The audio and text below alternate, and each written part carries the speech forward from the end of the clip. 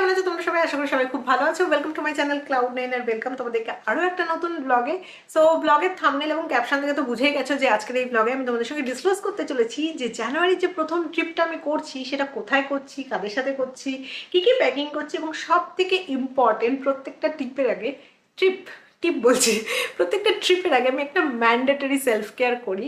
তো সেটাই আজকে তোমাদের সঙ্গে শেয়ার করবো। তার মধ্যে সবার ফার্স্টে আসে হচ্ছে নেলস। আগে তো এরকম নেলস করতে একদম পছন্দ করতাম না, কিন্তু যবে থেকে তিন্নি এরকম নেল আর্ট আমার হাতে করে দিচ্ছে আমার বেশ ভালোই লাগছে এরকম দেখতে। তো যে কোনো ট্রিপে যাওয়ার আগে আমি নেল আর্ট করিনি। এবারে আমাকে বলেছিল দিদিভাই তুই প্রত্যেকবার একই টাইপের জিনিসপত্র করিস, এবার ডিফারেন্ট কিছু করবো তোর হাতে। ক্যাটসাই বলে সার্চ করবি পিন্টারেস্টে, ওখান থেকে দেখে রাখবি কোনটা করবি, আমি তোকে সেটা করে দেবো। সো আমি সার্চ করে রেখেছিলাম আর এটা আমার দারুণ লাগছে। আগের বার যখন আমি করেছিলাম তখন আমাকে অনেক বেজে করেছিল দিদি ভাই ক্যাটসাই কর, ক্যাটসাই কর। তো ক্যাটসাই আমি তখন জানতাম না যে কীরকম দেখতে হয়। এবারে করেছি আমার খুবই ভালো লাগছে দেখতে।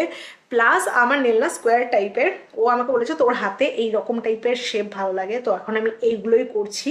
আমার নিজের নোকের শেপ ওরকম স্কোয়ার টাইপের, তো এইগুলো আমাকে করে দিচ্ছে। এগুলো ফলস নোক, আমার নিজের নোক না। সো খুব ভালো লাগছে দেখতে। তার সাথে আমার স্কিন গ্লো করেছে দেখছো, থু থু থু থু থু থু থু, এক্ষুনি আমার না একটা পিম্পলস বেরিয়ে যায়। কারণ আমি যখনই দেখেছি আমার স্কিন নিয়ে আমি কোনো কিছু ভালো বলি, নেক্সট ডে উঠে এখানে একটা পিম্পল, এখানে একটা পিম্পল, বাট গ্লোটা জাস্ট দেখো। কারণ আমি করেছি হচ্ছে ফেশিয়াল। যে কোনো স্পেশাল অকেশন, স্পেশাল ইভেন্ট বা ট্রিপে যাওয়ার আগে এই ফেশিয়ালটা কিন্তু ম্যান্ডেটরি আমার জন্য। আমার ফেভারিট নিউডেড 20 minute party ready DIY facial kit, যেটা দেয় ইনস্ট্যান্ট গ্লো। এই কিটের মেন হিরো হচ্ছে স্ট্রোব ক্রিম। এই স্টেপটাই তোমাকে দেবে লিট ফ্রম উইদিন লুক, পুরো মনে হবে ভেতর থেকে গ্লো করছো। 5টা সিম্পল স্টেপ আছে যেটা করলে পাবে স্যালন লাইক রেজাল্ট, তাও আবার বাড়িতে বসেই। লাস্ট স্টেপে আছে স্ট্রোব ক্রিম, যেটা কিনা আলাদা করে মার্কেটের অন্যান্য ফেশিয়াল কিটের থেকে এই কিটটাকে। আর এই ফেশিয়ালটা করতে লাগবে মাত্র 20 মিনিট। Step 1, cleansing milk. দিনভর যা ধুলোমাটি আমাদের স্কিনের মধ্যে জমা হয় সেগুলোকে ক্লিন করতে এই ক্লিনজিং মিল্কটা খুব ভালো কাজ করে। সেকেন্ড স্টেপ হচ্ছে স্ক্রাব উইথ মানুকা হানি। এটা আমাদের স্কিনটাকে জেন্টলি এক্সফোলিয়েট করে। যেহেতু মানুকা হানি আছে সেটা আমাদের স্কিনটাকে সফট এবং ফ্রেশ করে। Massage cream, the most important step in a facial for glow and fine lines. তাই খুব ভালোভাবে স্কিনে মাসাজ করাটা কিন্তু ভীষণ ইম্পর্টেন্ট।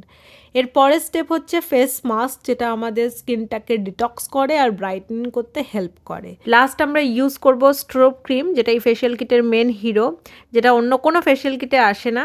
এটা কিন্তু তোমরা ফেশিয়ালটা করে মেকআপের নিচে বেস হিসেবে ইউজ করতে পারো, বা ওপরে লাগিয়ে নাও চিকবোনসে, নোজ ব্রিজে বা কিউপিড বোতে। সব জায়গাতে মনে হবে একটা ন্যাচারাল ডিউই লুক এসছে। No chunky glitter, no oily finish, বাস naturally glowing skin. Product available on Amazon, Flipkart, Meesho, অথবা এই কিউআরটা স্ক্যান করেও পারচেস করতে পারো। মোটামুটি আমি টেস্ট অ্যান্ড ট্রাই করেই তোমাদের সঙ্গে শেয়ার করি প্রোডাক্ট। সো এই প্রোডাক্টটা তোমরা নিতে পারো। শ্যাম্পু অ্যান্ড হেয়ার কালার ডান, এই কালারটা না, এই কালারটা, কারণ সামনে আমার প্রচুর পাকা চুল বেরিয়ে যায়, ওটাকে আমি কালো করে নিয়েছি। আর এইটা তো পার্লার থেকেই করে এসেছিলাম, দেখে তো তোমরা হয়তো। এই তিনটে জামা আমি বার করে রেখেছি, এই তিনটেই আমি নিয়ে যাব। আর হয়তো একটা আমি শাড়িও নিতে পারি। এই তিনটে জামাই নতুন। এটা আমি মেলা থেকে নিয়েছিলাম মধ্যমগ্রামের। এটা আমাকে ভাইফোঁটাতে দিয়েছিল আমার ভাইয়ের। এটা একটা সেট, এর সাথে প্যান্ট আছে, দুপাট্টা আছে, মানে মামার বাড়ি থেকে পাওয়া আর কি। আর এটা আমি কিনেছিলাম অনেক দিন আগে, একটু লুজ ফিটিংস, বাট এটা আমি নিয়ে যাব। এটা আর ফিট করানোর টাইম নেই আমার হাতে, তো যেরকম আছে ওইভাবেই পরবো। এই তিনটে, আর এর সাথে হয়তো আমি একটা শাড়ি নিতে পারি। এই তিনটে যদিও এনাফ। যাচ্ছি হচ্ছে উজ্জয়ন মহাকালের কাছে, আর এটা আছে হচ্ছে মধ্যপ্রদেশে। যারা জানো না তাদের জন্য বলছি। আমি যদি ট্রেনে যেতাম তাহলে আমার 1.5 দিন টাইম লাগতো, 1.5 দিন যেতে, 1.5 দিন আসতে। অত ছুটি আমি তো পাবো না। তোমরা অনেকেই জিজ্ঞেস করি যে ছুটি ম্যানেজ কী করে করি। তো 23 তারিখ ছুটি রয়েছে অফিস, 26 তারিখ ছুটি রয়েছে, মাঝখানে আবার সানডে একটা পড়েছে, আর একটা শনিবার যদি আমি নিজে থেকে ছুটি নিয়ে নিই তাহলে 4 দিনের একটা ছুটি হয়ে গেলো। তো এইভাবে ছুটি ম্যানেজ করি, 3 দিনের হোক বা 4 দিনের হোক, আর এইভাবেই ঘুরতে যাই। সো আমি যাচ্ছি হচ্ছে ফ্লাইটে আসছি। অনেক টাকা খরচা হয়ে যাচ্ছে, কারণ আমার কাছে কোনো অপশান নেই।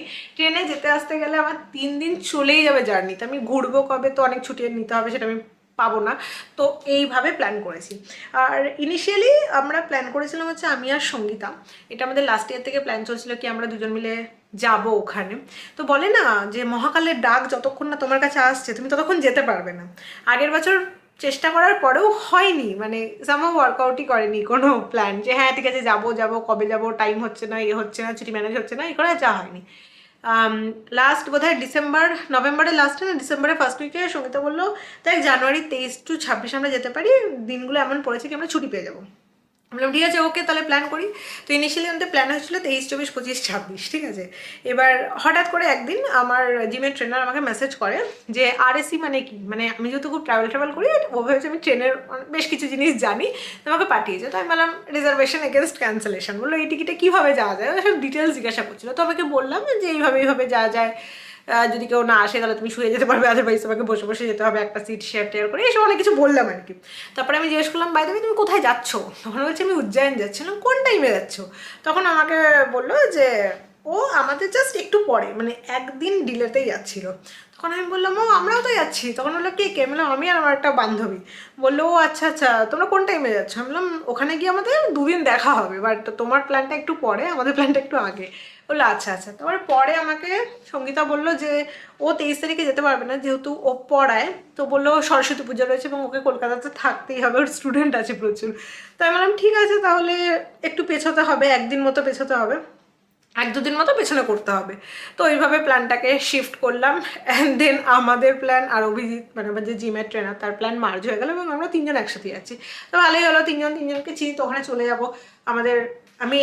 আমরা 3জনে যাচ্ছি হচ্ছে ফ্লাইটে, বাট আসার সময় ওরা 2জন ট্রেনে আসবে। আমিও ট্রেনে আসতাম যদি আমার হাতে টাইম থাকতো, বাট আমাকে ফ্লাইটে ফিরতে হবে কারণ এসে আমাকে পরের দিনই হচ্ছে অফিসে জয়েন করতে হবে। সো এইভাবে প্ল্যান হয়েছে। আমি তোমাদেরকে বলি না, কোনো ট্রিপে যাওয়ার হলে অনেক সময় এরকম হয় কি 10 জনের প্ল্যান হচ্ছে, 8 জন ক্যান্সেল করে দিচ্ছে, এরকমও হয়েছে কি 2 জন গেছি, তারপরে ধরো কারোর যাওয়ার কথা সে নাকি অন্যজন গেছে। এইরকম উদ্ভট টাইপের প্ল্যান আমাদের কীভাবে হয়ে যায় জানি না। তো এইবারের প্ল্যানটাও এরকম হয়েছে, মানে 2 জনের, মানে বাবা 2 জনের আলাদা প্ল্যান হয়েছে, একজনের আলাদা প্ল্যান হয়েছে এবং কিছু না কিছুভাবে 3 জনের একসাথে প্ল্যান হয়ে গেছে। তো যাই হোক, এটা একদমই প্ল্যান ছিল না কি এইভাবে প্ল্যান হবে, বাট প্ল্যান হয়েছে সবই মহাকালের ইয়ে। তোমরা যারা অনেক দিন ধরে আমার ব্লগ দেখো তারা জানো যে জানুয়ারি মাসে আমি অ্যাকচুয়ালি তারাপীঠ যাই, ওখান থেকে পুজো দিয়ে দেন আমার পুরো বছরটা শুরু করে যেতে, আমার পুরো বছরটা ভালো কাটে, পজিটিভ ওয়েতে কাটে। এই বছর অ্যাকচুয়ালি এটা আমার অফিসিয়ালি তো ফার্স্ট ট্রিপ না, কারণ আমি এর আগে একটা ট্রিপ করে নিয়েছি ছোট্ট করে বেলপাহাড়ি। ওটা আমি গেছিলাম শনিবার দিন গেছিলাম, রবিবার দিন ফিরে এসেছি। ওখানে কোনো ব্লগ আমি করিনি সেরকমভাবে, একদম রিল্যাক্সওয়ালা ট্রিপ ছিল, আমি গ্রুপে গেছিলাম ওটাতেও। সো এই ট্রিপে খুব মজা টজা করেছি। এবং হ্যাঁ, যে পুজোটা দিয়ে আমি বেসিক্যালি জানুয়ারি মাসে তারাপীঠে গিয়ে, আমাকে তারাপীঠ তো যেতেই হবে, আমি সেখানে একবার অবশ্যই যাব, বাট এই মাসে আর না। এই মাসে মহাকালের ডাক এসেছে এবং এই বছর আমি জানুয়ারিতে মহাকালের পুজো দিয়ে পুরো বছরটা শুরু করতে চাই। অ্যান্ড বলে যে মহাকালের ওখান থেকে আসার পর নাকি লাইফে খুব পজিটিভ ওয়েতে চেঞ্জেস আসে। তো আমি চাই সেই চেঞ্জেস। অ্যান্ড আমি যাচ্ছি। তোমরা তো জানো আমার ট্রাভেল করতে খুব ভালো লাগে, নতুন জায়গা এক্সপ্লোর করতে ভালো লাগে। এটা হচ্ছে এক তো নতুন জায়গা, তার উপরে হচ্ছে উজ্জয়ন যাওয়ার ইচ্ছা আমার অনেক দিন ধরে, আমার যে কোনো ধর্মস্থানে যেতে খুব ভালো লাগে। সো আমার প্ল্যানে ছিল, কিন্তু বাবার ডাক আসেনি বলে যেতে পারিনি। এখন বাবার ডাক এসছে, তো এই বছর যাচ্ছি এবং এরকমভাবে যাচ্ছি এবং এই 2 জনের সাথে আমি যাচ্ছি, প্ল্যান হয়েছে। Just look at my glow, আমার খুব ভালো লাগছে।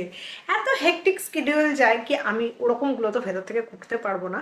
সো আমি ভাবলাম যে ঠিক আছে চলো একটু ফেশিয়াল টেশিয়াল করে নেওয়া যাক, কারণ ব্যাক টু ব্যাক আমার 2টো ট্রিপ রয়েছে।